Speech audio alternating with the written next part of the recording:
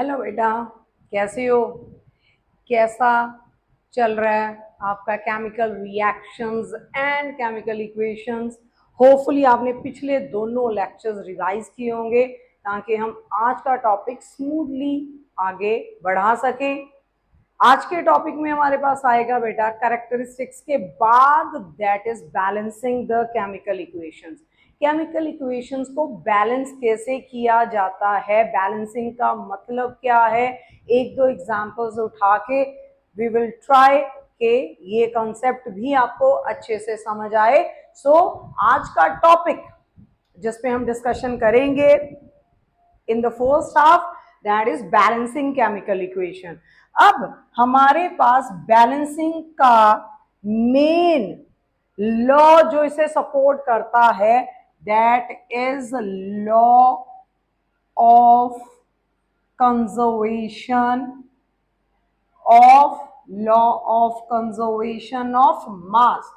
क्या बोलता है बेटा ये law? What is law of conservation of mass? That mass can neither be created nor be destroyed in a chemical reaction. मतलब जितना मास आप रिएक्टेंट्स में लोगे उतना ही मास आपको प्रोडक्ट्स में मिलेगा। ठीक है, बाय चांस अगर थोड़ा बहुत मास आपको प्रोडक्ट्स में डिविएट होता नजर आ रहा है, दैट इज कम नजर आ रहा है, आपने 20 ग्राम लिया आपको 19 पॉइंट समथिंग मिल गया, ठीक है, प्रोडक्ट्स में, तो वो मास किसी एनर्जी की फॉर्म में कन्वर्ट होके रिएक्शन से इवॉल्व हो जाता है। ये किसने कहा हमें? Einstein. According to which equation? According to equation E is equals to mc²।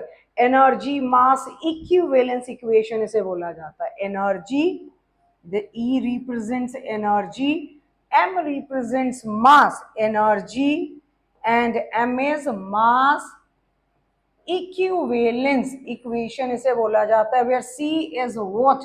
That is velocity of light which is constant. How much?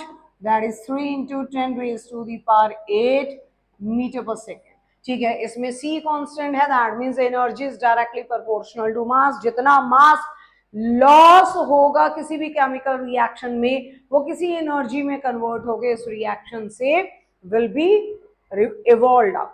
ठीक है, अदरवाइज हमारा कंसेप्ट जो है आपके सिलेबस में जो है यहां तक आप पहुंचोगे नहीं। आपके पास जो है law of conservation of mass को आप फॉलो करोगे, यानी कि जितना भी मास आप रिएक्टेंट्स में लोगे उतना ही मास आपको प्रोडक्ट्स में मिलेगा। Let's try to sort this by taking an example. For example आपने लिया कार्बन जिसका मास है बेटा 12 ग्राम, इसमें आपने डाल दिया ऑक्सीजन। ऑक्सीजन का मास कितना रहता है? 16। कितने एटम्स पड़े हुए हैं बेटा? 2, तो मास कितना बन गया? 23 ग्राम। आपने इन्हें कंबाइन किया, सॉरी 32 ग्राम। आपने इन्हें कंबाइन किया, कंबाइन होने के बाद आपको यहां से मिला बेटा जी कार्बन डाइऑक्साइड। अब रिएक्टेंट्स का मास कितना था? What is 12 plus 32? That is 44 grams. क्या प्रोडक्ट्स में भी हमें इतना ही मास मिला? Let's check it out. Carbon का मास 12 प्लस एक ऑक्सीजन का मास 16, 2 से मल्टीप्लाई करोगे 32 बनेगा। सो 12 प्लस 32 इज 44 ग्राम्स।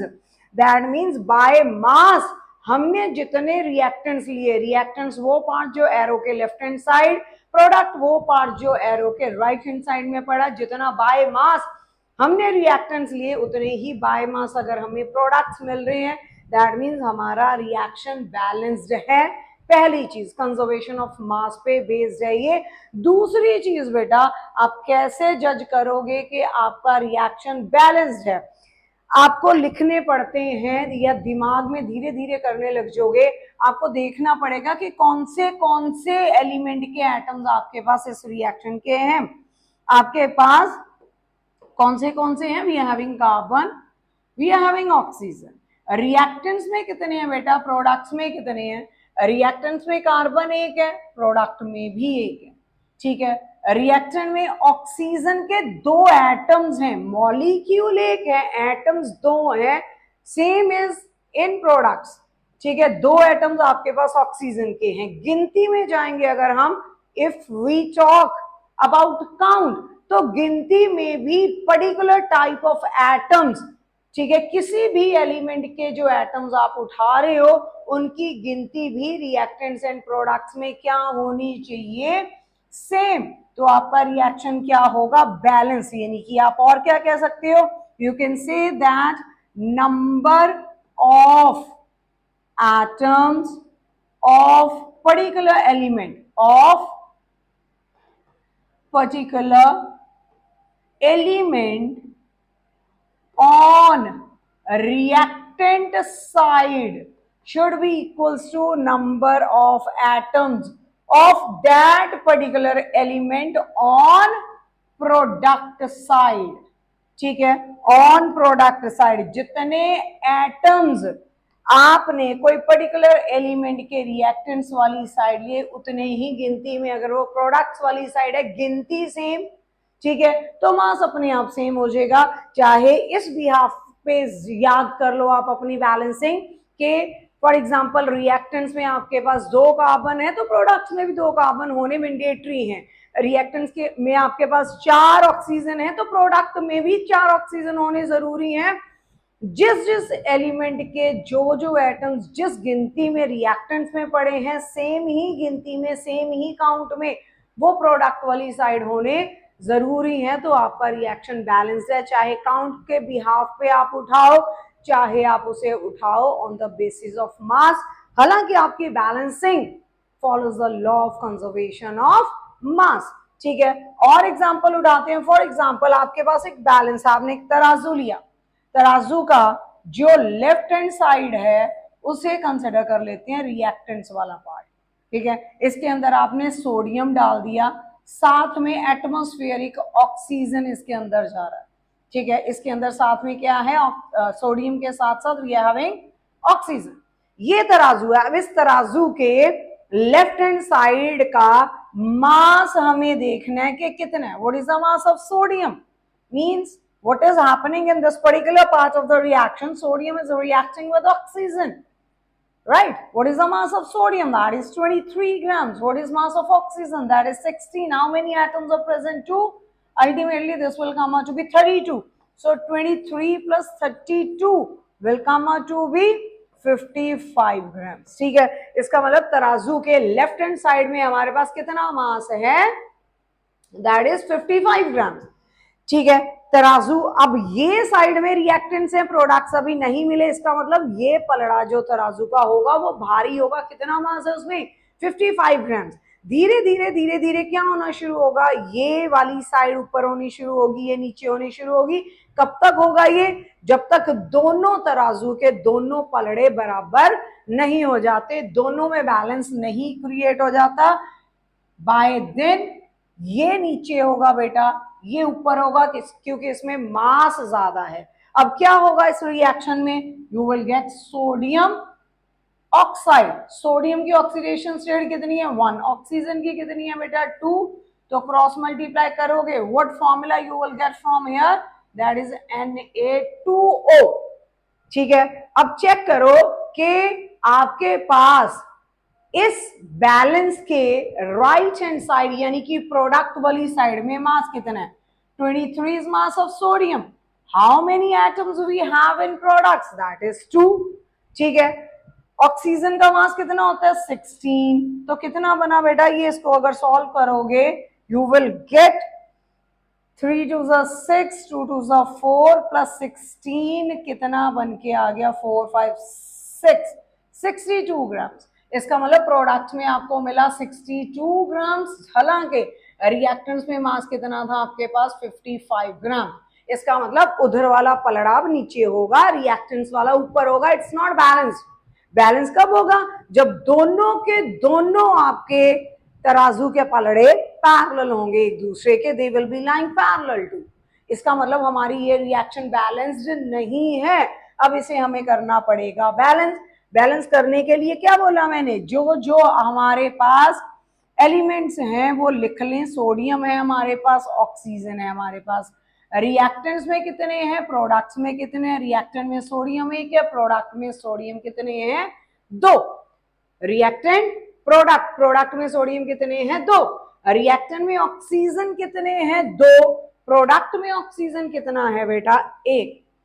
इसका मतलब आपका रिएक्शन इज कंप्लीटली अनबैलेंस। जैसे बैलेंस करने के लिए कोई सा भी नंबर अगर आप डालोगे तो बेटा वो फॉर्मूला के फ्रंट में ही जाता है, पैर में कुछ नहीं डालोगे। तो सोडियम उधर 2 है तो इधर अगर मैं 2 डाल दूं, सोडियम 2 हो गए, रिएक्टेंट्स में सोडियम कितने हो गए हमारे पास, 2, प्रोडक्ट्स में ऑलरेडी देवर 2।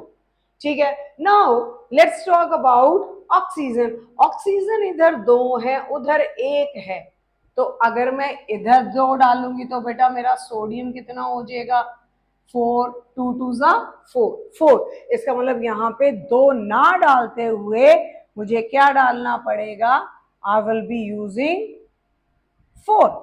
तो इसे बैलेंस करोगे तो यहाँ पे आएगा 4।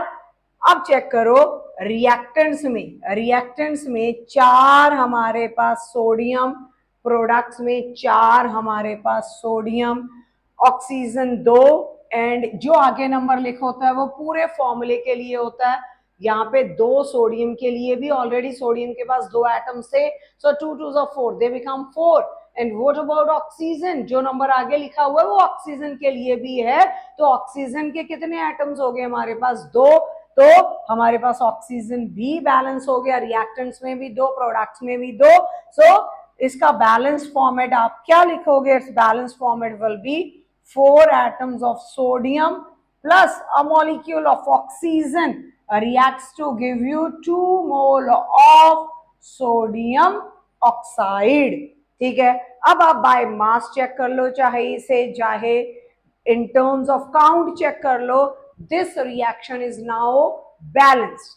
ठीक है, जितना मास आपका चेक करके देख लेते हैं कि क्या हमारा बाय मास भी ये बैलेंस है, क्योंकि काउंट के बिहाफ पे 4 4 2 2। ठीक है, 23 है हमारे पास मास सोडियम का, कितने एटम्स है हमारे पास, 4। ऑक्सीजन का मास होता है 16 बेटा, कितने एटम्स हैं, 2। सो 23 इंटू 4 कितना बना, 92 plus 32। 92 plus 32 comes out to be 124। 124। तो हमारे पास तराजू का जो लेफ्ट साइड है उसमें कितना मास है, दैट इज 124 ग्राम। क्या तराजू के दूसरे पलड़े में भी सेम ही मास है, मींस क्या प्रोडक्ट्स का मास भी सेम है, यस। सोडियम के 4 जो के कितने आएंगे, 92, ऑक्सीजन के 2 32, ऐड करोगे 124 ग्राम। तो बाय मास भी हमारा रिएक्टेंट एंड प्रोडक्ट दोनों साइड्स में सेम है। ठीक है, in terms of count also we have same. तो यहाँ पे हमारी रिएक्शन, हमारी इक्वेशन बैलेंस्ड है। ठीक है, एक आध और करते हैं, लेट्स पिक अप मैग्नीशियम। मेरे पास है मैग्नीशियम, मैग्नीशियम एटमॉस्फेरिक ऑक्सीजन के साथ रिएक्ट होके सपोज आपको दे रहा है मैग्नीशियम ऑक्साइड। अब इसको बैलेंस करो, check it out if it is balanced और not. Magnesium 1, magnesium 1, fine, magnesium is balanced. Oxygen 2, oxygen 1, that means your oxygen is not balanced. Oxygen को बैलेंस करने के लिए यहाँ पे 2 डालोगे तो मैग्नीशियम भी 2 हो जाएंगे, ऑक्सीजन भी 2 हो जाएंगे। इसका मतलब मुझे मैग्नीशियम के आगे इधर 2 डालना पड़ेगा। Now you can check your reaction is balanced. 2 mole magnesium, 1 mole oxygen gives you 2 moles of magnesium oxide। गिनती में भी बराबर होगा, मास में भी बराबर होगा, that means it is balanced। Let's pick up for other equation, that is respiration, C6H12O6। क्या होता है बेटा रेस्पिरेशन में, हर सेल में पड़ा हुआ ग्लूकोज ऑक्सीजन के साथ कंबाइन होके आपको प्रोवाइड करता है carbon dioxide gas plus water plus energy, huge amount of energy. ठीक है, अब इसको बैलेंस करना है या चेक करते क्या ये बैलेंस है कि नहीं है, तो कौन से एलिमेंट्स के एटम्स पहले इसमें पड़े हुए हैं। We are having carbon, we are having hydrogen, we are having oxygen, carbon hydrogen oxygen. ठीक है, प्रोडक्ट्स वाली साइड में भी कार्बन हाइड्रोजन एंड ऑक्सीजन। अब ये देख लेते हैं बेटा रिएक्टेंट्स में कितने पड़े हैं, प्रोडक्ट्स में कितने हैं। ठीक है, तो रिएक्टेंट्स में मेरे पास हाइड्रोजन कितने हैं, 12। What about products? In products I'm having just 2. अब मेरे पास कार्बन कितने हैं in my reactants, that is 6। Products में कितने कार्बन है बेटा, 1। Oxygen is 6, 7, 8 in reactants and in products it's 2 plus 1 that is 3। ठीक है, तो completely unbalanced equation this is। इसको आपको करना है बैलेंस। तो सबसे पहले बैलेंस करने के लिए वो हाइड्रोजन प्रोडक्ट्स में बेटा सिर्फ कितने हैं, 2। ठीक है, इसको बैलेंस करने के लिए let's pick up hydrogen itself. ठीक है बेटा, इधर है 12, उधर है 2। अगर मैं यहाँ पे 6 डाल दूं, if I put 6 over here, ठीक है, 6 डलने के बाद मुझे लगता है हाइड्रोजन तो हमारा बैलेंस हो जाएगा। 6 डलने के बाद हाइड्रोजन 6 to the 12, यस। ठीक है, हाइड्रोजन बैलेंस हुआ, उधर पानी के आगे 6 डलने पे। इधर है कार्बन बेटा 6, उधर है कार्बन 1। अगर कार्बन के आगे भी 6 डाल दिया जाए, I guess carbon will also be balanced now. Carbon 6 and carbon 6, carbon also got balanced. ठीक है, अब आगे टच करने से पहले गिनती में देख लेते हैं ऑक्सीजन कितना कितना पड़ा। इधर हमने कुछ भी नहीं टच किया, इधर already 6 + 2 8 oxygen we are having. इधर देखते हैं बेटा कितना ऑक्सीजन है, 6 to the 12 एंड ये 6 ये, सो 12 + 6 कितने ऑक्सीजन है, 18 atoms of oxygen we are having on product side. ठीक है, एंड रिएक्टेंट्स वाली साइड में हमारे पास थे 8।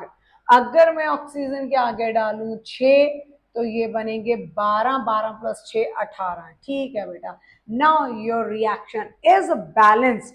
सी, कार्बन 6, हाइड्रोजन 12, हाइड्रोजन 12। ठीक है, what about oxygen, oxygen 6 + 12 18, and on this side also 6 on the 6 to the 12, 12 + 6 18। ठीक है जी, now this equation is balance. ठीक है, कुछ रिएक्शंस खुद लिख के बैलेंस करने का ट्राई करके देखना। बैलेंसिंग बहुत जरूरी रहता है केमिस्ट्री में, जब किसी भी केमिकल रिएक्शन में डील करते हैं। ऐसा तो है नहीं कि इधर आपने रिएक्टेंट्स में ज्यादा मास दे दिया, प्रोडक्ट्स में अपने आप ही गायब होगा कहीं पे, नहीं। तो जितना बायोमास रिएक्टेंट्स लोगे उतना ही बायोमास आपको वहां पे बेटा प्रोडक्ट मिलेगा। तो balancing is also one of the important thing to remember while dealing with chemical reactions, and definitely when you are writing the equation format of your chemical reactions। ठीक है, ताकि देखते सार पता चले कितने मोल रिएक्टेंट्स लिए थे, कितने मोल आपको प्रोडक्ट्स मिले। तो बैलेंसिंग के बाद बेटा अगला टॉपिक है हमारे पास टाइप ऑफ केमिकल रिएक्शंस। कितने तरीके की केमिकल रिएक्शंस हमारे पास हैं, टाइप्स, किस चीज की टाइप्स, केमिकल रिएक्शंस की types, types of chemical reactions.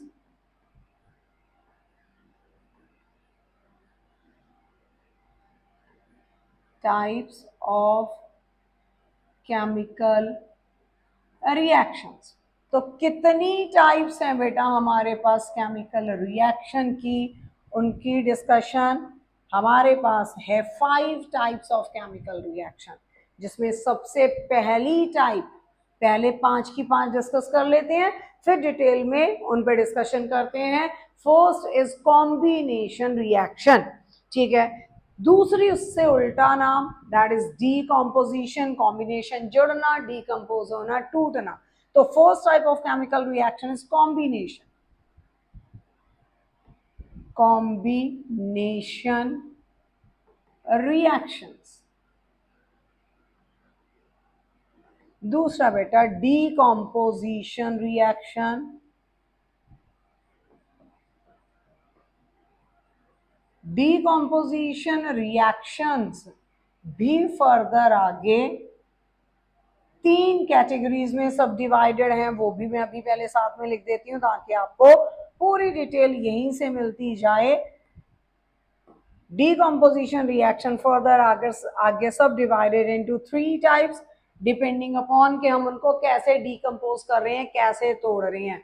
The first one is thermal decomposition, thermal decomposition, जिसमें सोर्स ऑफ एनर्जी रहेगा हीट, हीट देके रिएक्टेंट्स को तोड़ोगे so as to get the product.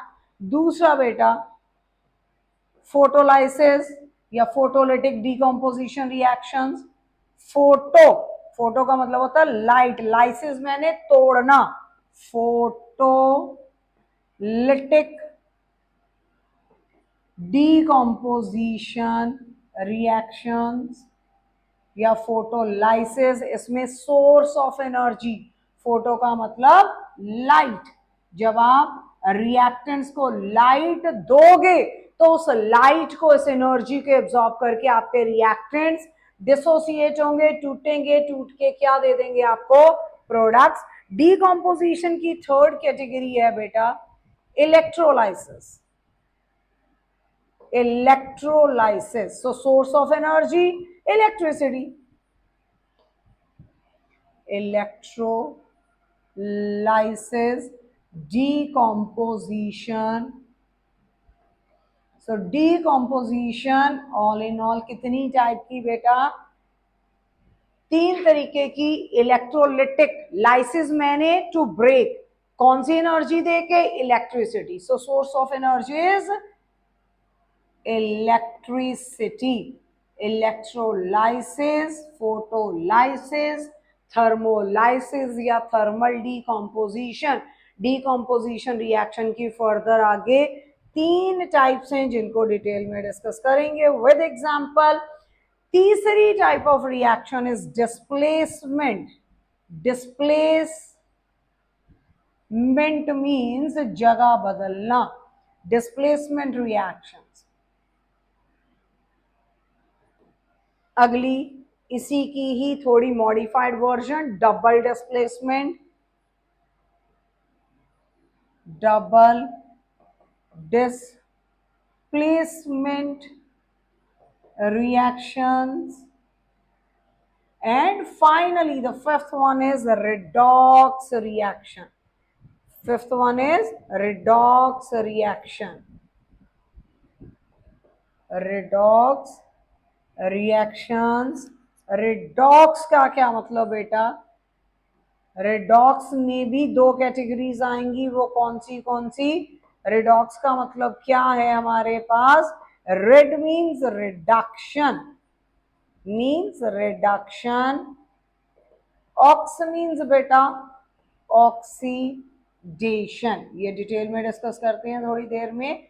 Reduction, oxidation, 2 चीजें साइमल्टेनियसली एक ही reaction में होंगी, that is oxidation as well as reduction. तो टाइप्स ऑफ केमिकल रिएक्शन हमारे पास कितनी टाइप्स हैं, 5 टाइप्स ऑल इन ऑल।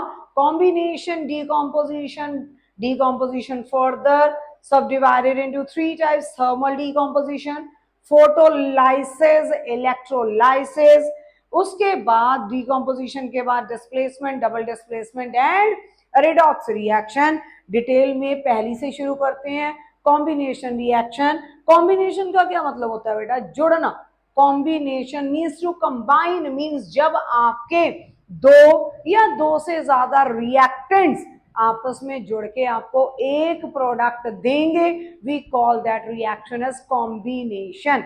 नाम से पता लग रहा है combination, what is combination?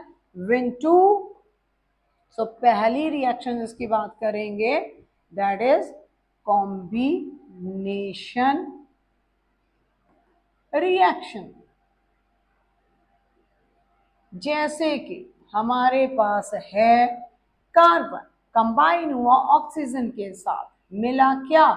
Carbon dioxide. जैसे कि हमारे पास है मैग्नीशियम कंबाइन हुआ ऑक्सीजन के साथ, मिला मैग्नीशियम ऑक्साइड। जैसे कि हमारे पास है सोडियम कंबाइन हुआ ऑक्सीजन के साथ, मिला क्या?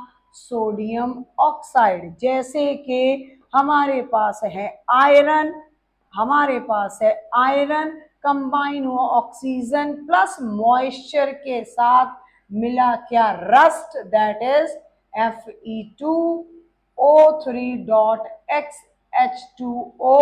जैसे कि हमारे पास है क्विकलाइन CaO कंबाइन हुआ वाटर के साथ, मिला क्या? Lime water CaOH whole twice.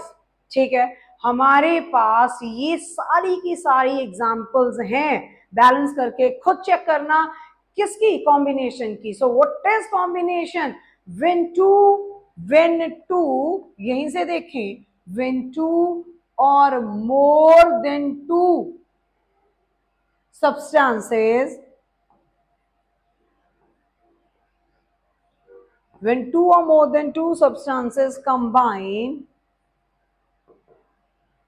to form one product, when two or more than two compounds या substances, when two or more than two or more than two or more than two compounds या substances combine to form one product, to form one product is called combination reaction। ठीक है, तो combination reaction में हमारे पास दो या दो से ज्यादा रिएक्टेंट्स या कंपाउंड्स लिख सकते हो, या रिएक्टेंट्स लिख सकते हो, या सब्सटेंसेस लिख सकते हो। When two or more than two substances combine to form a single product, such type of reactions are said as combination reaction। ठीक है, ये सारी एग्जांपल्स जो बोर्ड पे रिफ्लेक्ट हो रही हैं कॉम्बिनेशन की है। जोड़ रहे हैं आपके रिएक्टेंट्स, आपको एक प्रोडक्ट दे रहे हैं, जोड़ रहे हैं। ठीक है, तो हमारे पास हर रिएक्शन अंडर पर्टिकुलर कंडीशंस होती हैं, ऐसा नहीं कि कोई भी reaction. Yes, when we are talking about reactive metals, this is reactive metal. ये एटमॉस्फेरिक कंडीशन में ही पड़ा पड़ा हवा से पानी से रिएक्ट होता रहेगा। ये लोहे की कोई नई चीज लेके आओगे उसका रंग सिल्वर होगा। जैसे जैसे धीरे धीरे धीरे कुछ महीने वो मॉइस्चर के साथ, एटमॉस्फेरिक ऑक्सीजन के साथ रिएक्ट होते जाएगा बेटा, उस पर एक रेडिश ब्राउन कलर की लेयर बिल्डअप हो जाती है। वो रेडिश ब्राउन कलर की लेयर किसकी होती है? That is rust. This is the formula of your rust. ठीक है, कौन सा रंग होता है रस्ट का? That is reddish brown. This is your rust. जब आपके दो या दो से ज्यादा रिएक्टेंट्स आपस में जुड़ के आपको एक प्रोडक्ट देते हैं, such type of chemical reactions are said as combination reaction। समझ गए? कॉम्बिनेशन रिएक्शन के बाद अगली टाइप है हमारे पास कौन सी? Decomposition. Decomposition is completely reverse of combination. ठीक है, सेकेंड कैटेगरी में आता है बेटा हमारे पास डीकंपोज होना, डीकॉम्पोजिशन रिएक्शन। डीकंपोज होना, टूटना। Decomposition reaction you can say is reverse of combination. ये पूछ लिया जाता है पेपर में काफी बार, is reverse of combination. How you can say so? decomposition is reverse of combination because in decomposition में क्या होगा? one reactant will dissociate मतलब टूटेगा, one reactant will dissociate to provide you two or more than two products. When one reactant, when one compound after absorbing some sort of energy decomposes to provide you two or more than two products, like you are having FeSO4. FeSO4 is ferrous sulfate. Ferrous sulphate FeSO4. Ferrous और ferric में क्या अंतर होता है? Fe2 positive, Fe3 positive. ठीक है, ये कौन सा सॉल्ट है? Fe2 पॉजिटिव वाला होता है बेटा फेरस, एंड Fe3 पॉजिटिव वाला फेरिक, फेरस सल्फेट.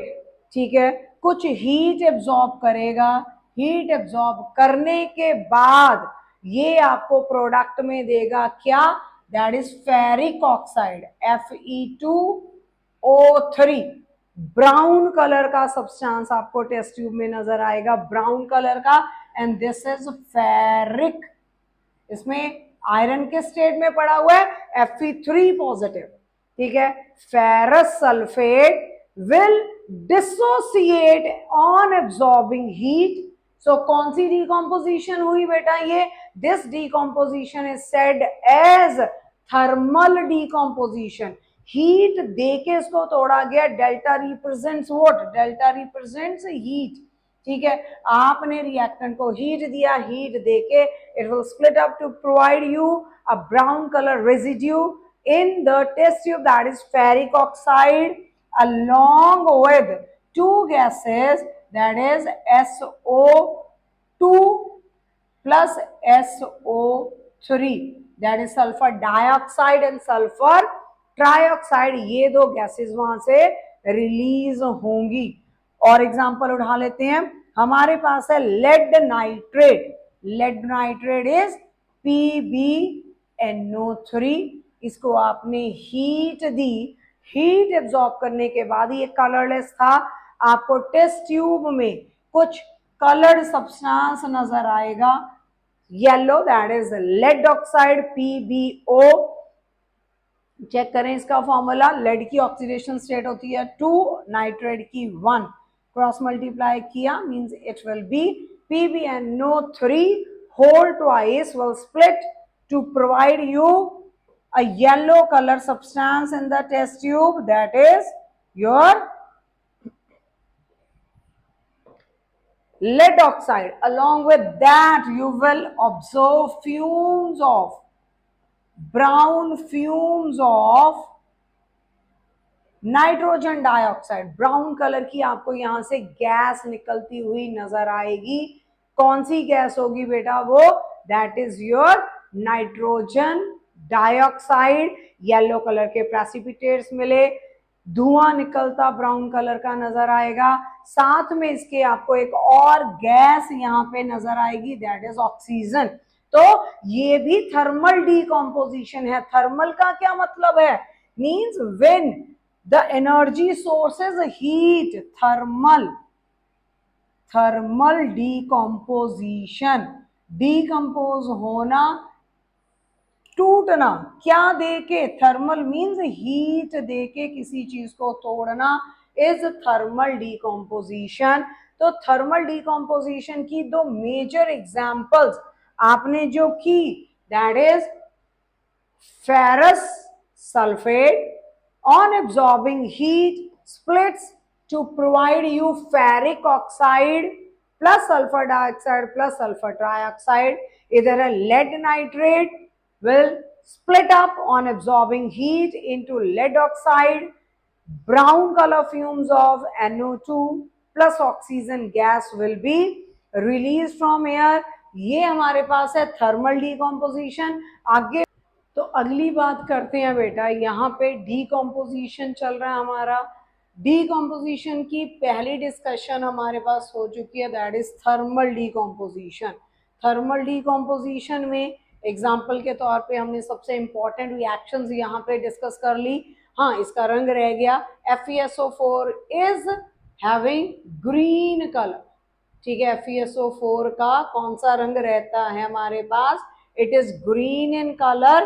तो ग्रीन कलर का कंपाउंड डिसोसिएट होगा हीट एब्जॉर्ब करके to provide you ferric oxide which is brown in colour. रंग जरूर याद करो क्योंकि कलर के बेसिस पे बहुत क्वेश्चंस बनते हैं आपके इस चैप्टर में से। ठीक है, you will get sulphur dioxide trioxide. ठीक है, देन इज लेड नाइट्रेट की डिस्कशन होगी है। अगली हमारे पास डीकम्पोजिशन की टाइप है, that is photolysis. Photo means, photo का मतलब है light, photo means light, lysis means to break, to split. ठीक है, ब्रेक करना, कैसी एनर्जी देके किसी सब्सटेंस को ब्रेक करना, that is light energy supply करके किसी भी रिएक्टेंट को प्रोडक्ट में कन्वर्ट करना is example of photolysis. Best example यहाँ पे है बेटा सिल्वर क्लोराइड, खुद का रंग सफेद।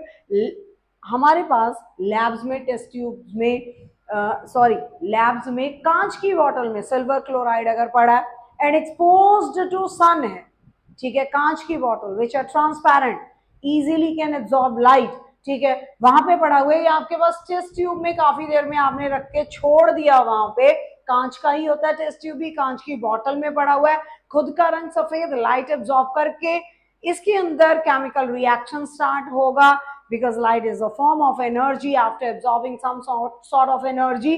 पुराने बॉन्ड टूटते हैं, नए बॉन्ड बनने शुरू हो जाते हैं। सिल्वर क्लोराइड ने लाइट एब्जॉर्ब की, लाइट एब्जॉर्ब करके किसमें डिसोसिएट हुआ, ग्रेइश व्हाइट सब्सटेंस सिल्वर। साथ में वहां से आपको गैस नजर आएगी, दैट इज क्लोरीन गैस, क्योंकि कलर्ड गैस है, इजीली रिकॉग्नाइज हो जाती है। कौन सा रंग है क्लोरीन गैस का, इट इज येलोइश ग्रीन। ठीक है, कलर फिर से बोल रही हूँ, जो आप कर चुके, we have discussed about FeSO4 green colour, Fe2O3 brown colour, then is PbNO3 whole twice colourless, then is Pb, इसके बाद डिस्कस किया था हमने PbO yellow colour, then is NO2 brown fumes, अभी है क्लोरीन गैस येलोइश ग्रीन। ठीक है, ये कुछ कंपाउंड्स हैं जिनके रंग आपको पता होना बहुत जरूरी है।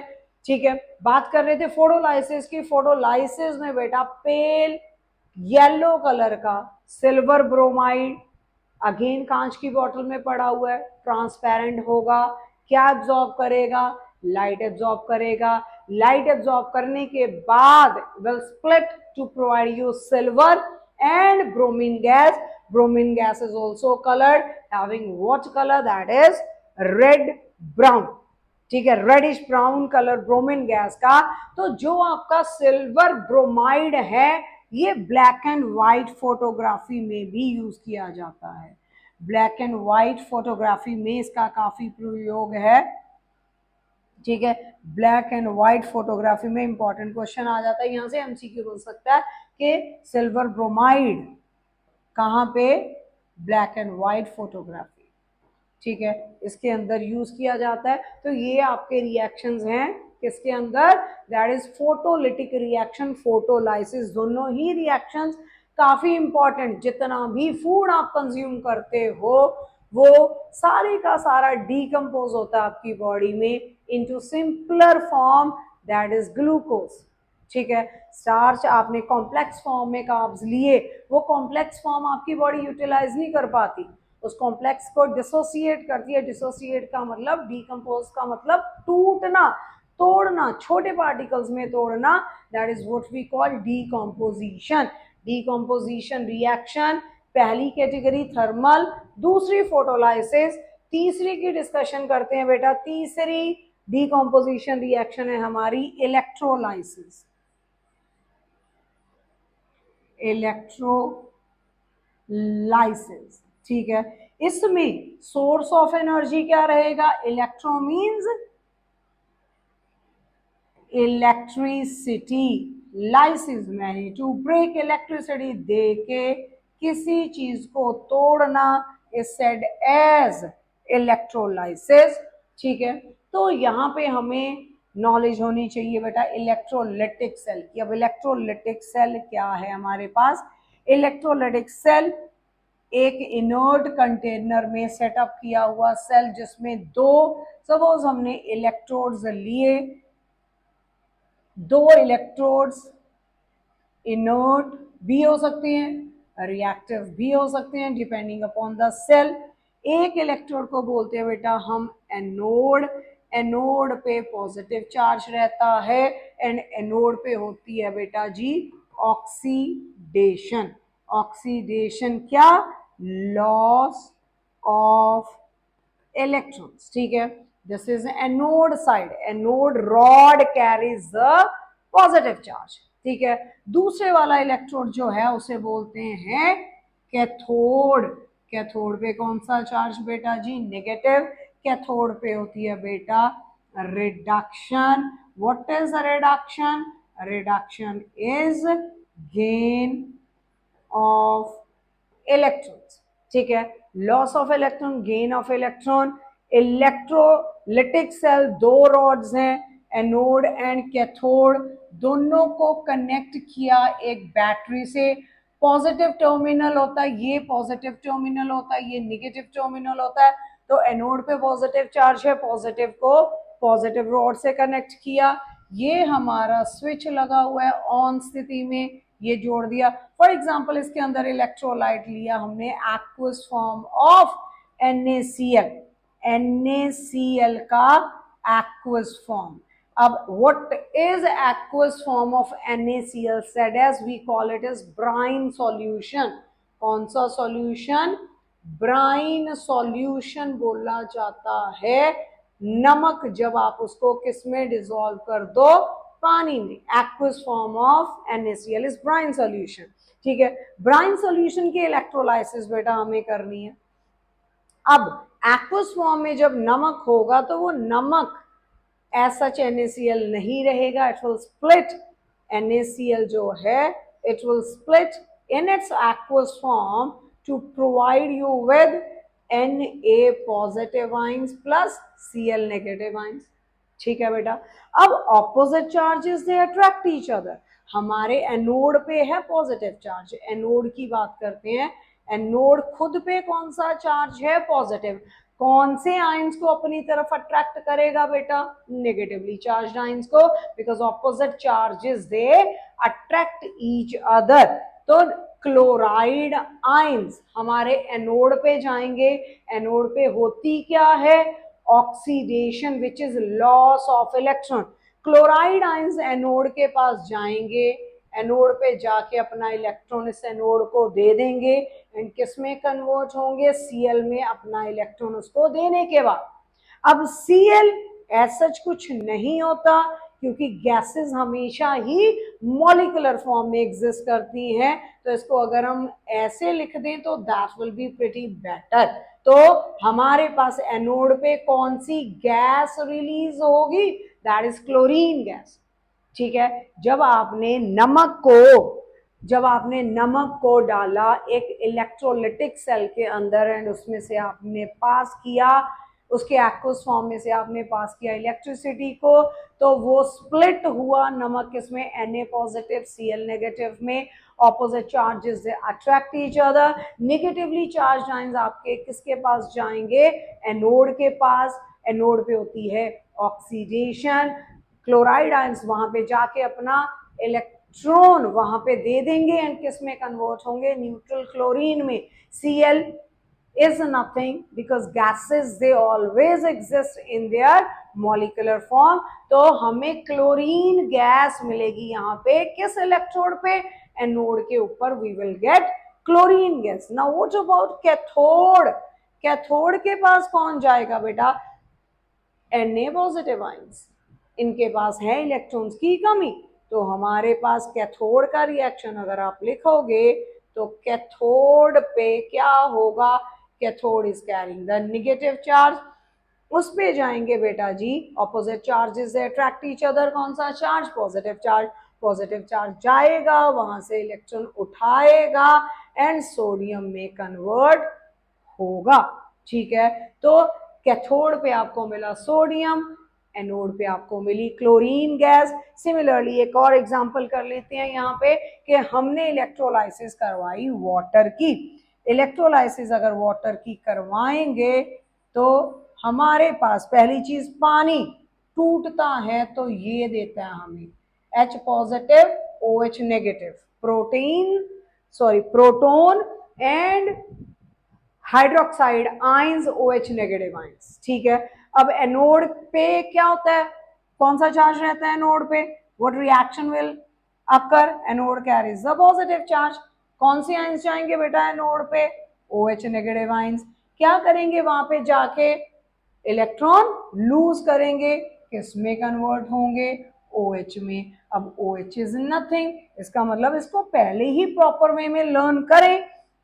आपने 4 मोल, इस रिएक्शन को याद करें, 4 मोल आपने OH नेगेटिव आयन लिए तो वहां पे क्या मिलेगा आपको, 2 मोल आपको मिलेगा वहां पे पानी एंड 1 मोल मिलेगी oxygen gas. Means the products you are going to get over there is this. इसका मतलब एनोड पे कौन सी गैस रिलीज होगी, oxygen gas. Now let's talk about cathode. Cathode पे कौन सा चार्ज है बेटा जी, नेगेटिव। कौन जाएगा, H पॉजिटिव। क्या करेगा, gain of electron. Gain of electron, electron लेगा, बैलेंस फॉर्मेट पहले ही लिखते हैं।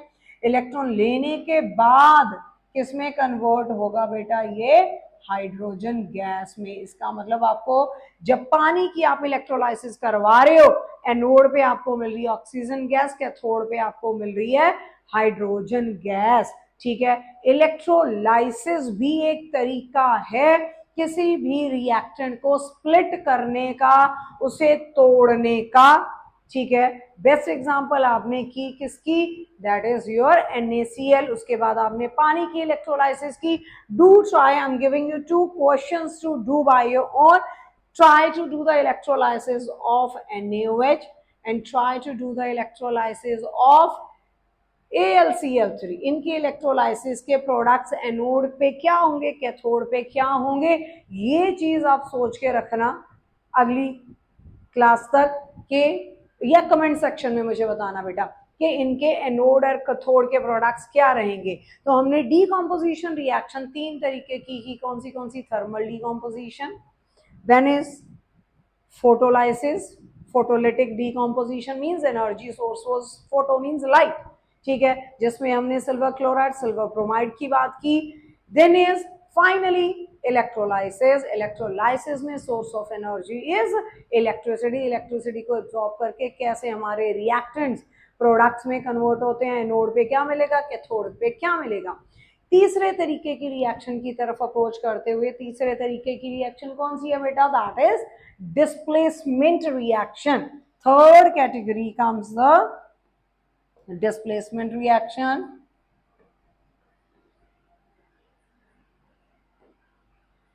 Displacement का मतलब क्या होता है, जगह बदलना। कौन किसकी जगह बदलेगा इजीली, उसके लिए आपको नॉलेज होनी जरूरी है रिएक्टिविटी सीरीज की। अब रिएक्टिविटी सीरीज हमारे पास क्या क्या है, केदार नाथ का माली, आलू जरा फिक्के से पकाता है, कॉपर, सिल्वर, गोल्ड, प्लैटिनम।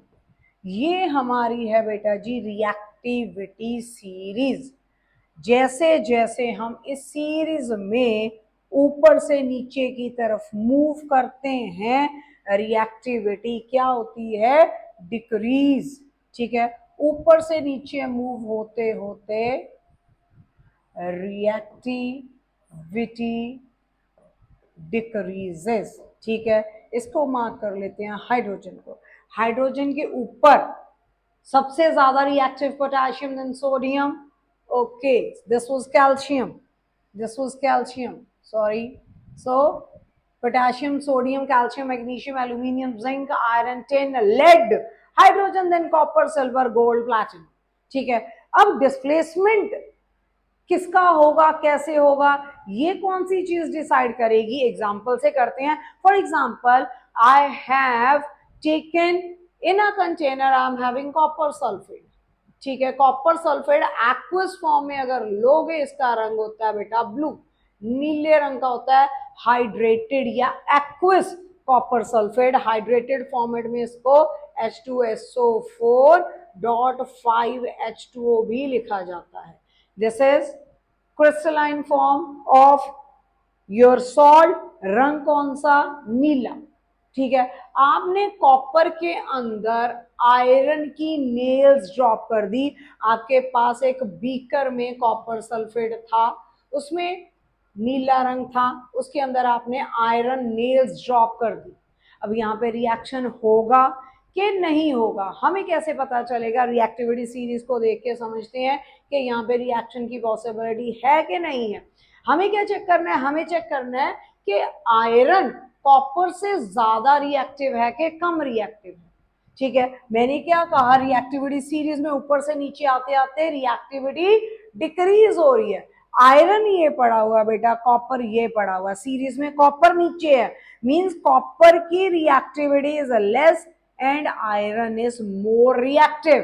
ज्यादा रिएक्टिव अपनी चलाएगा और यहां से क्या करेगा, कॉपर को निकाल के बाहर फेंकेगा और प्रोडक्ट में क्या मिलेगा आपको, you will gate, after removing this copper from here, who will displace this copper, that is iron, because iron is more strong, right, more reactive. If being more reactive, it will hit copper out from here, it will throw copper out from here and will take its place. That is what we call displacement. तो displacement reactions में बेटा ज्यादा reactive कम reactive वाले को धकेल के reaction से बाहर फेंक देता है. तो यहाँ पे खुद बनाएगा ये आयरन सल्फेट, साथ में आपको कॉपर बेचारा बाहर निकला हुआ नजर आएगा. अगर इसी रिएक्शन को उल्टे फॉर्मेट में लिख दूं मैं, अगर मैं बोलूं कि हमारे पास है बेटा that is iron sulphate FeSO4, उसमें मैंने कॉपर डाल दिया. अब कॉपर तो बेचारा कम रिएक्टिव है आयरन से, we have gone through the reactivity series, इसका मतलब ये तो आयरन को डिस्प्लेस कर ही नहीं पाएगा. तो यहाँ पे क्या होगा, no reaction. So what is displacement, displacement में ज्यादा रिएक्टिव मेटल कम रिएक्टिव मेटल को डिस्प्लेस कर देता है, उसकी जगह पे खुद जाके फिट हो जाता है. more reactive displaces the less reactive. So displacement reactions are such reactions in which more reactive, these are more reactive, displaces the less reactive in a chemical reaction. एक आधे एग्जाम्पल और कर लेते हैं. फॉर एग्जाम्पल मैं ले लेती हूँ कॉपर सल्फेट ही, let me take copper sulphate itself, इसमें मैंने ऐड कर दिया सिल्वर को. ठीक है, I have added silver to it. अब देखिए सिल्वर कॉपर से कम रिएक्टिव है, तो यहाँ पे क्या होगा, no reaction. Silver can't displace copper out from here. ठीक है, कॉपर सल्फेट में ही मैंने डाल दिया बेटा जिंक, तो जिंक तो ज्यादा रिएक्टिव है कॉपर से, तो ये डिस्प्लेस कर देगा किसे, कॉपर को यहाँ से. और प्रोडक्ट क्या देगा, इस पार्ट में आपको प्रोडक्ट मिलेगा, बट इस पार्ट में आपको कोई प्रोडक्ट नहीं मिलेगा. यहाँ से मिलेगा आपको ZnSO4 प्लस कॉपर. इस पार्ट में silver being less reactive will not be able to displace copper out from here. तो हमारे पास रिएक्टिविटी सीरीज को लर्न करोगे, you will be easily able to solve your displacement reaction. ज्यादा reactive कम वाले को डिस्प्लेस कर देता है, ज्यादा इंटेलिजेंट नलैक को डिस्प्लेस इजीली कर देता है. Correlate the things according to your convenience. अगली कैटेगरी में चलते हैं बेटा. अगली टाइप ऑफ रिएक्शन है double displacement. Double displacement, double displacement reactions. Double displacement reaction, नाम से ही पता लग रहा है कि यहाँ पे दो आयंस अपनी जगह इंटरचेंज करेंगे. सच reactions in which two ions interchange their position in reactants. ठीक है, so as to give you new products. Example के तौर पे हमारे पास है लेड नाइट्रेट PbNO3, इसमें हमने डाल दिया पोटाशियम आयोडाइड. प्रोडक्ट में क्या होगा बेटा, एक आयन है हमारे पास NO3 नेगेटिव, दूसरा है हमारे पास I नेगेटिव. ये है K पॉजिटिव, ये है Pb2 पॉजिटिव. अब Pb2 पॉजिटिव को यहीं पे रखो, इसके साथ लाके जोड़ दो आयोडाइड आयंस को. पोटाशियम को इधर ही रखो, इसको ले जाके जोड़ दो इधर. तो ये कहलाती है डबल डिस्प्लेसमेंट. तो डबल डिस्प्लेसमेंट में दो आयंस अपनी जगह इंटरचेंज कर रहे हैं. लेड यहीं पे पड़ा हुआ है PbI2, ठीक है. आयोडाइड आयंस लेड के साथ जाके जुड़े, येलो कलर के प्रेसिपिटेट्स देंगे आपको यहाँ पे. along with this you will get another product that will be potassium nitrate. potassium nitrate is KNO3, ठीक है. Potassium nitrate plus lead iodide, when two ions they interchange their position between two compounds so as to give you new products, that is said as double displacement. यानी कि दो ions ने, बड़ा definition बनाते time गड़बड़ करते हो, when two ions interchange their position, two ions interchange their positions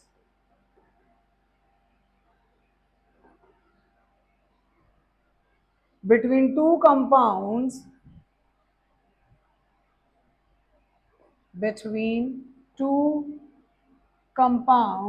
so as to form new products, with new properties is said as double displacement. दो आयंस ने अपनी जगह इंटरचेंज की दो कंपाउंड्स के अंदर. एक कंपाउंड लेड नाइट्रेट, दूसरा compound potassium iodide, so as to get new sort of product that is said as double displacement. ठीक है, डेफिनेशन अच्छे से लर्न किया करो ताकि ढंग से लिख सको. डिस्प्लेसमेंट पता लगी, डबल डिस्प्लेसमेंट पता लगी. फाइनली हमारे पास क्या बचा है, रिडॉक्स रिएक्शन. रिडॉक्स रिएक्शन में हमारे पास word red represents what, reduction, represents reduction.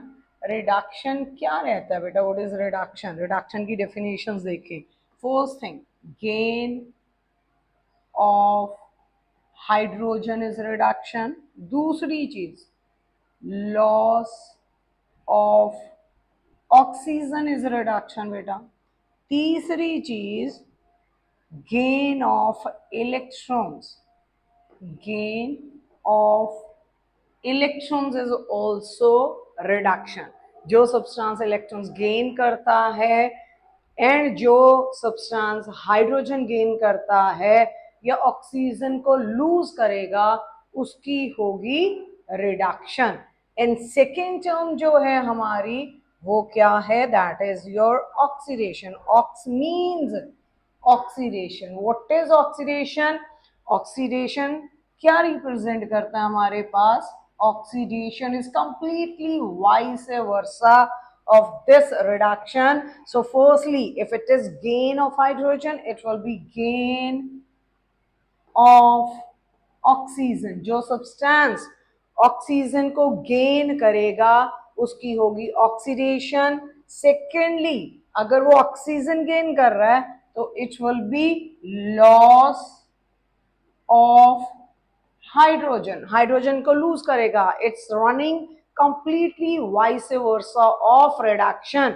gain of hydrogen, gain of oxygen. Oxidation itself is representing something dealing with oxygen, loss of hydrogen, and finally in terms of electrons, electrons की term में what will be oxidation, loss of electrons. So जो substance electron lose करेगा उसकी होगी यहाँ पे oxidation.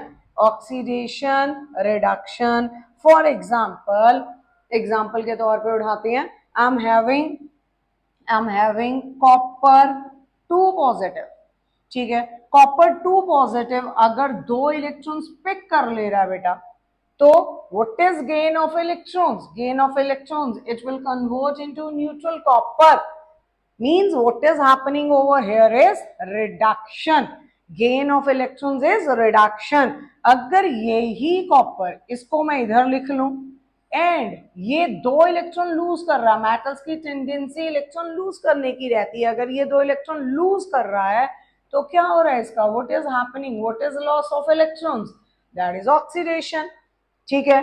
तो एक ही एग्जाम्पल के through we have discussed about if a substance is gaining electron, oxidation is occurring, if a substance is losing electron, reduction is occurring over here, ठीक है। और ऑक्सीडेशन रिडक्शन कैसे डिस्कस कर सकते हो, फॉर एग्जाम्पल आपके पास है कॉपर ऑक्साइड, इसका रंग रहता है ब्लैक, चाहे ये है चाहे कॉपर सल्फाइड है, बोथ हैव ब्लैक कलर, ठीक है, दोनों का रंग काला रहता है, ठीक है जी। अब हमारे पास ज्यादा डिस्कशन कॉपर ऑक्साइड हाइड्रोजन के साथ रिएक्ट हो रहा है, ज्यादा एग्जांपल्स लिख रखी हैं यहाँ पे, हमारा कॉपर ऑक्साइड है या कॉपर सल्फाइड है, अगर ये हाइड्रोजन के साथ रिएक्ट हो रहा है, देखें क्या किया इसने, ऑक्सीजन कॉपर ने ऑक्सीजन लूज किया, what is loss of oxygen, what is loss of oxygen, loss of oxygen is reduction, loss of oxygen is reduction. इसका मतलब यहां पे कॉपर की क्या हुई है बेटा, loss of oxygen, loss of oxygen, oxygen का लूज होना इज रिडक्शन।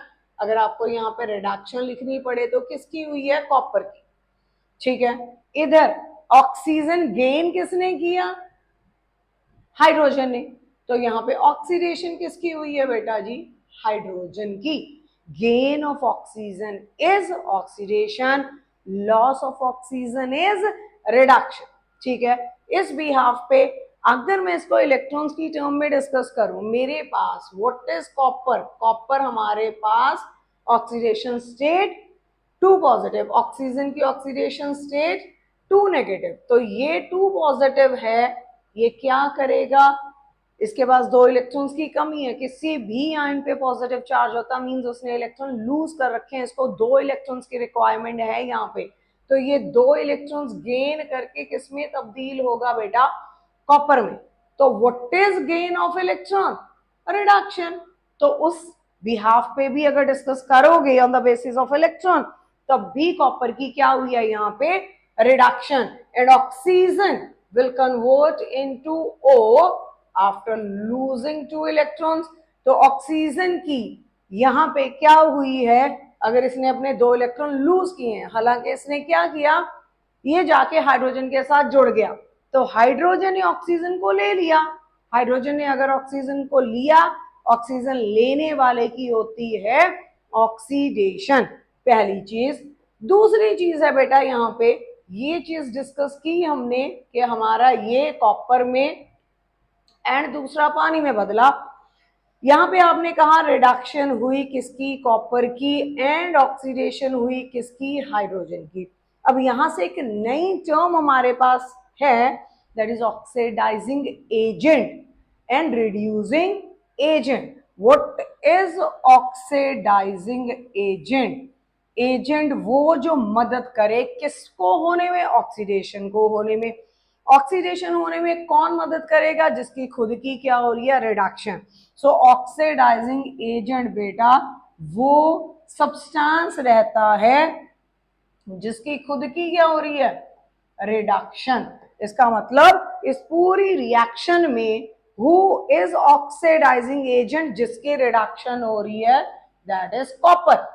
ठीक है, ऑक्सीडाइजिंग एजेंट वो जिसकी खुद की रिडक्शन हो रही है। Now what is reducing agent? What is reducing agent? reducing agent will definitely be vice versa of oxidizing agent.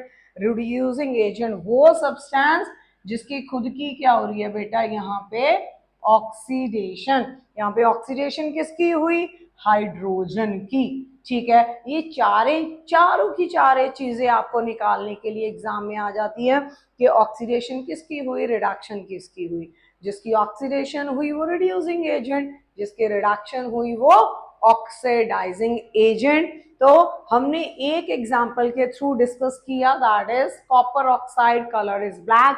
Even if I right copper sulphide, उसका रंग भी काला होता है, कलर भी, बारी बारी बोल रही हूं, दिमाग में रखा करें। बाकी की एग्जांपल्स देखते हैं। For example we have sulphur dioxide. Sulphur dioxide H2S के साथ रिएक्ट हुआ, सल्फर ने ऑक्सीजन लूज किया। What is loss of oxygen? इसका मतलब सल्फर की क्या हुई है यहाँ पे, रिडक्शन। अगर इसकी रिडक्शन हुई ऑक्सीजन लूज करने के बाद, तो ये कौन सा एजेंट है, ऑक्सीडाइजिंग एजेंट है। ठीक है बेटा, साथ में हमारे पास हाइड्रोजन ने ऑक्सीजन को उठा लिया, इसका मतलब हाइड्रोजन इज गेनिंग ऑक्सीजन, तो इसकी क्या हुई है, ऑक्सीडेशन। अगर इसकी ऑक्सीडेशन हो रही है तो hydrogen is acting as what, it is acting as reducing agent. ठीक है, अगला चलते हैं। सोडियम ने ऑक्सीजन को पिक किया, तो सोडियम की यहाँ पे क्या हुई बेटा, gain of oxygen is oxidation. मतलब ये खुद क्या एक्ट करेगा, it will also act as reducing agent. ठीक है, तो सोडियम की एक ही रिएक्शन में बेटा दोनों चीजें साइमल्टेनियसली होती है। अगर किसी सब्सटेंस की ऑक्सीडेशन हुई है, मतलब रिडक्शन भी हुई है किसी की, तो उस लिहाजे से उसको कैसे याद रखोगे, यहाँ पे addition of a metal to any substance. जो सब्सटेंस मेटल गेन कर रहा है, यहाँ पे मेटल किसने गेन किया, ऑक्सीजन ने। इसका मतलब यहाँ पे ऑक्सीजन की क्या हुई है, इसने मेटल गेन किया, तो इसकी हुई है reduction. And apart from that it is also acting as oxidising agent. In the end, zinc oxide reacts with carbon. Zinc is losing oxygen. इसका मतलब यहाँ पे जिंक की क्या हो रही है, loss of oxygen is reduction. Zinc की रिडक्शन हो रही है, जिंक की रिडक्शन हो रही है। ऑक्सीडेशन किसकी हो रही है, कार्बन की। जिसकी रिडक्शन हो रही है वो ऑक्सीडाइजिंग एजेंट, एंड जिसकी रिडक्शन हो रही है ऑक्सीडाइजिंग एजेंट, जिसकी ऑक्सीडेशन हो रही है बेटा वो रिड्यूसिंग एजेंट। तो हमारे पास हमने तीन अलग अलग तरीके से डिस्कस किया कि हमारे पास what is oxidation, what is reduction, then is what is oxidising agent, what is reducing agent. Electrons के बिहाफ से भी आप इनको याद रखोगे। ज्यादातर मेटल्स की टेंडेंसी होती है इलेक्ट्रॉन को लूज करने की, मीन ज्यादातर आपको वो क्या नजर आएंगे, लॉस ऑफ इलेक्ट्रॉन है ऑक्सीडेशन। ठीक है, नॉन मेटल्स की टेंडेंसी होती है इलेक्ट्रॉन को गेन करने की, जैसे कि oxygen is a non metal, carbon is a non metal, उनकी टेंडेंसी होती है इलेक्ट्रॉन को गेन करने की, तो उनकी होगी यहाँ पे क्या, रिडक्शन। जिसकी ऑक्सीडेशन हो रही है वो रिड्यूसिंग एजेंट, जिसकी रिडक्शन हो रही है वो ऑक्सीडाइजिंग एजेंट। तो हमारे पास लास्ट तरीके के रिएक्शन करने के बाद हमारे पास है बेटा application of oxidation and reduction. Oxidation and reduction का क्या इफेक्ट है in our everyday life. Firstly, इस ऑक्सीडेशन रिडक्शन के सिनेरियो में करोजन होता है मेटल्स का। What is corrosion? करोजन होता है मेटल का खराब होना। मेटल को जब एक्सपोज्ड रख दो आप, expose means in the open, expose to oxygen, expose to moisture, expose to some acid, then उसके सरफेस पे कलर चेंज या कोई केमिकल रिएक्शन के साथ उसका रंग बदलना शुरू हो जाता है। तो what is corrosion? Corrosion is when your metal gets deteriorated, when your metal gets eaten up by the presence of air, moisture or any acid in the surrounding. So deterioration या damage of metal on exposure to these condition is said as corrosion. Typically corrosion अगर iron की हो, corrosion अगर किसकी हो, iron की, उसे क्या बोला जाता बेटा, rusting. Corrosion of iron is called rusting. Rust का फॉर्मूला क्या है, Fe2O3.X H2O. रंग क्या होगा, rust itself represents reddish brown color. नया लोहा खरीद के बिना उस पे कोई प्रोटेक्टिव लेयर अप्लाई किए, ना गैल्वेनाइजेशन, ना पेंट, ना ग्रीजिंग, उसको ओपन में रख दोगे तो समय के साथ वो ही लोहा जो है, जो पहले चमक रहा था almost silver in colour, when exposed to oxygen, when exposed to moisture, converts into rust. Fe2O3.XH2O. तो हमारे पास करोजन, मेटल का खराब होना, कब, when exposed to these conditions, eaten up of metal या deterioration of metal on exposure to these conditions, that is said as corrosion. Can be protected by applying paint, by greasing, by galvanization. galvanization में लोहे के ऊपर zinc की परत चढ़ा दी जाती है. जिंक खराब होते रहता है बट अंदर पड़े हुए लोहे को वो प्रोटेक्ट करता रहता है from getting damage due to environmental conditions. ठीक है, चांदी देखी होगी, नहीं लेके आते हो तो चमकती है बट धीरे धीरे काली पड़नी शुरू हो जाती है. गोल्ड का कोई भी ऑर्नामेंट डेली पहन के रखते हो, धीरे धीरे उसका लस्टर खत्म होना शुरू हो जाता है. That is also a sort of a corrosion. ठीक है, जितने ज्यादा रिएक्टिव मेटल्स होंगे उनका करोजन फास्ट होता है. हमारे पास सिल्वर हो गया, गोल्ड हो गया, प्लैटिनम हो गया, they are not very reactive metals, we consider them as inert metals.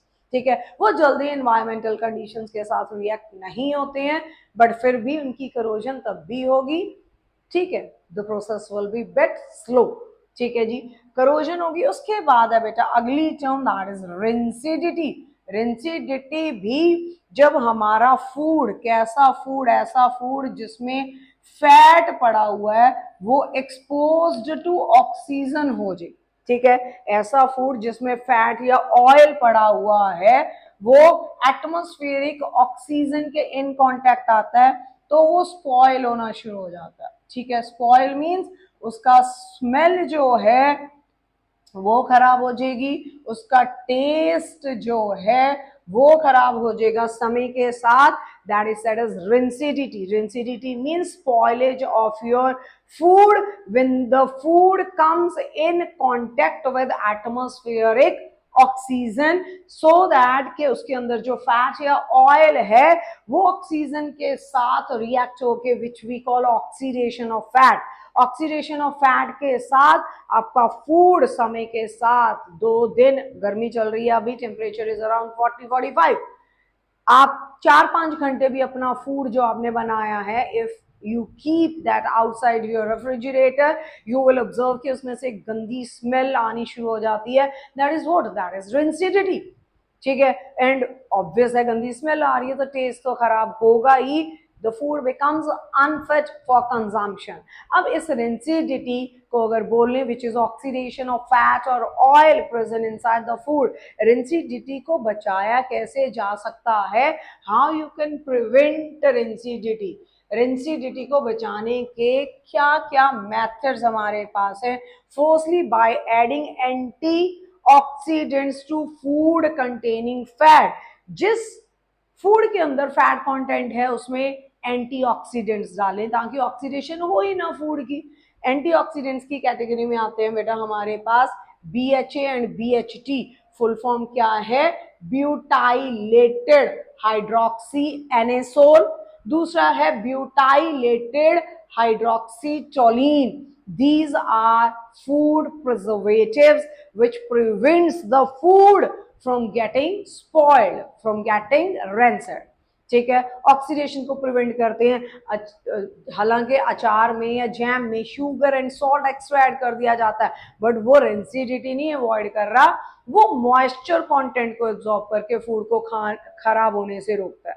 ठीक है, rancidity is when your food becomes in direct contact with atmospheric oxygen, it starts giving you a that is foul smell, and the taste also gets spoiled, that is rancidity. So these are antioxidants which can be added to the food containing fat. उसके बाद by packing food in inert oxygen gas, chips के packet लेते हो, कोई सा भी आप market packed food लिफाफे में बंद है जिसमें आपको लगता है काफी हवा भर रखी है, उसके अंदर क्या होता है, इनर्ट का मतलब होता है नॉन रिएक्टिव, उसके अंदर नाइट्रोजन गैस भरी होती है, ताकि फूड जितना भी चिप्स के पैकेट के अंदर चिप्स पड़े हैं, ऑब्वियस है कि उनमें ऑयल है, उनमें फैट है, फ्राइड है वो, तो जो फैट है वो direct in contact with oxygen ना आए एंड लंबे समय से के लिए बचाया जा सकता है आपके फूड को, अगर हम जब पैकिंग कर रहे हैं तो इनर्ट नाइट्रोजन गैस पैकेट्स के अंदर फिल कर दे। ठीक है, तीसरी चीज, by keeping food in refrigerator, बेटा लो टेम्परेचर पे बैक्टीरिया का ग्रोथ नहीं होता, humid environment and temperature genuine durable सा हो तो वहां पे bacteria and fungal growth fast होता है। अगर हम अपना फूड रेफ्रिजरेटर में रखेंगे, टेम्परेचर कम होगा, वहां पे बैक्टीरिया का ग्रोथ इतना फास्ट नहीं होता, तो हमारे पास you can keep your food in refrigerator because low temperature will prevent your food from rancidity. Lastly by using air tight container, air tight containers होंगे तो बेटा ऑब्वियसली वहां पे एयर दैट इज ऑक्सीजन का एंट्री नहीं होगा, oxygen से परे हो गया फूड तो उसकी ऑक्सीडेशन नहीं होगी, ऑक्सीडेशन नहीं होगी तो वो खराब नहीं होगा। ठीक है, तीसरी चीज अगला पॉइंट आप ऐड ऑन कर सकते हो कि आप उसको from direct exposure to light से बचा के रख सकते हो फूड को। ठीक है, तो एंटी ऑक्सीडाइजिंग एजेंट्स फूड में ऐड कर सकते हो to prevent oxidation that is rancidity. Fridge में रखो, एयर टाइट कंटेनर्स में रखो, इनर्ट नाइट्रोजन गैस पे काफी इंपॉर्टेंटली यहाँ पे क्वेश्चन बन जाता है।